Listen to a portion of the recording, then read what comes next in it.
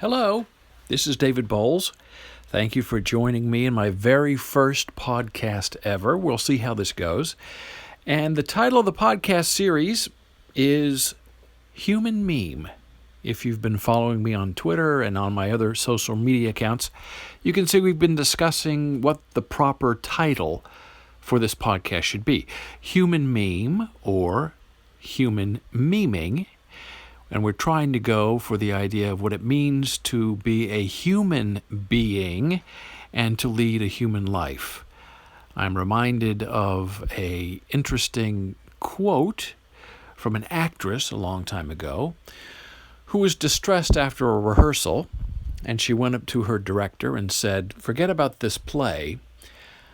I have this human life, and I don't know what to do with it."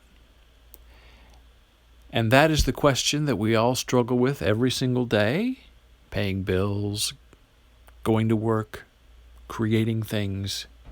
We all have this human life, and we're all struggling not to lose it, not to throw it away. We're trying to make every single moment count. And that's what we're going to be discussing in this podcast. How do we live a human life? What does it mean to be a human meme? Now, the word meme, or memetic, was first described by genius atheist Richard Dawkins in his 1976 book, The Selfish Gene. And in that book, he kind of describes the way that people talk to each other, the way we learn, the way we express ourselves is memetic. We have a tendency to listen to other people, take what they say, make it our own, and then we've learned something. We don't like to just listen and then flat out decide that's how we're going to behave. We take information in as knowledge, and it comes out of us as a result. And so what we learn is what we share, and what we know is what we share communally with each other. And that's why this idea of a meme has been so effective in the last 40 years. So a human meme is us in the context of this podcast. And we are motivated by what I like to call recently a mechanized morality. Now, if you go to mechanizedmorality.com, you'll see a sign-up sheet for my newsletter, and that information doesn't appear anywhere else. It's only in the newsletter that goes directly into your inbox for kind of a private experience. And in that newsletter, we discuss how we have become mechanized as a society. And along with that mechanization comes a morality, where we just respond by rote, we respond by cues, we respond by working on what we've already been told how to behave. And it is in that mechanization that we have sometimes, I believe, lost our soul. So this podcast will discuss that topic, other topics. We might have guests that we interview every once in a while. There might be singing. There might be guitar playing. I don't know. We're recording this on an iPhone 6S Plus. I'm sorry I have so many of these iPhones. I have a difficult time trying to figure out which one I'm actually on right now. And I like the idea of doing a podcast, if it's good quality, if you like it, if you can hear me, on an iPhone, because you can take it wherever you go. Unlike a video cast where you have to worry about what's behind you, if you're in focus, what are you seeing? A podcast that's portable and where you're not locked into a studio means you have much more freedom to explore the world around you.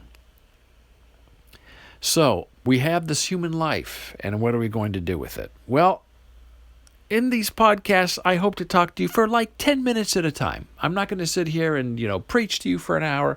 I'm not going to pop in just with one or two ideas and share that in a minute or two. That's what Twitter's for. That's what social media is for. If you want a longer examination, that's what a blog is for. And you can read my blog at bolesblogs.com. But a podcast is something a little different. A podcast is, I hope, an inspiration, a thought, something other than maybe what you were thinking right now. And that is what we're going to try to accomplish. And I hope to hear from you. You can certainly email me, david@boles.com, if you have a private question. But I prefer public discussion over private conversation, just because I think other people like to see what we're saying. And that is how the memetic, the meme, is created, by people getting information, gathering it, bringing it home, processing it in their mind, and either agreeing with it or disagreeing with it. And that's the really only way to live a life, is agreeing or disagreeing. Being completely neutral is lovely when you're dealing with your temper, but if you're dealing with ideas, gray areas, I think, are deadly. They're not interesting. They don't inspire people. They are undangerous. And the right life is always tempting danger. So in these 10 minutes, we're going to hope to have themes, ideas, structures that lead us on to grander thinking. So I gave you my email address. Now, if you want to go public, you can talk to me on Twitter. My Twitter user handle is @DavidBoles. And you can also find me on my verified Facebook page. Username, I guess, is Boles, B-O-L-E-S. I'm confused by Facebook because they're now imitating Twitter by using @. So on Facebook, if you go to Facebook/Boles and look at my profile, you'll see under my name that they have added, Facebook has added @, B-O-L-E-S. It's very bizarre and very Twitter-like, but I guess that's how Facebook is popular. They take good ideas and they make them their own. So, in the few minutes that I have left, I would like to discuss the idea of the loss of elasticity in our lives. Now, over my half-century of living, I've noticed this very keenly, and it's a dangerous, unfortunate thing, and not a good kind of dangerous. There's danger that forces you to make a good decision, and there's danger that forces you to inaction, or, even worse, the wrong decision, the immoral decision, the faithless decision. We have become rigid. It seems we have divided the world into stark, not even shades, but stark black and white choices. Now, a middle ground is important. It's good when you're trying to get along with people.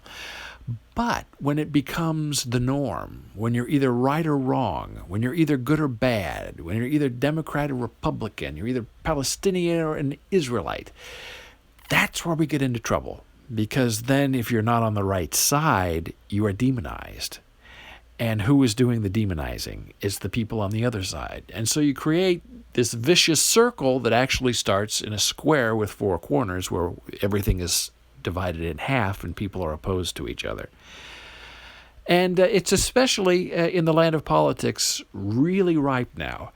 And if you don't think that political hate speech leads to police shooting people and people shooting police, then we have another topic for another podcast, because it's clearly what is happening now. It is what has been happening for the past year in our political arena in the United States. We have people who are running for office, who are hateful and despicable, and they don't mind making fun of people publicly.